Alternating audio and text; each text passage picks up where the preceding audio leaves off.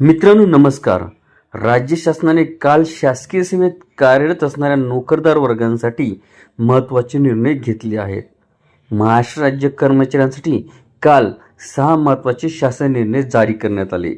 यातील एका शासन निर्णयाच्या माध्यमातून राज्यातील काही कर्मचाऱ्यांना जुनी पेन्शन योजना ही लागू करण्यात आली. जलसंपदा विभागाने काल विभागातील काही कर्मचाऱ्यांना जुनी पेन्शन योजना ही लागू करण्यास मान्यता दिली.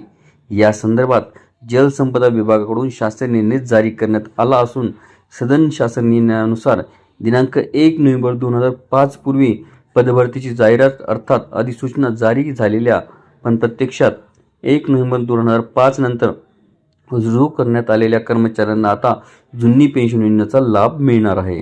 हा निर्णय केंद्र शासनाच्या धर्तीवर घेण्यात आला. केंद्र सरकारने आपल्या कर्मचाऱ्यांना जुनी पेन्शन योजना लागू होण्याआधी जाहिरात निघाली असेल पण प्रत्यक्षात कर्मचारी योजना लागू झाल्यानंतर रुजू झाला असेल तरी अशा कर्मचाऱ्यांना जुनी पेन्शन योजना बहाल करण्याचा निर्णय घेण्यात आला.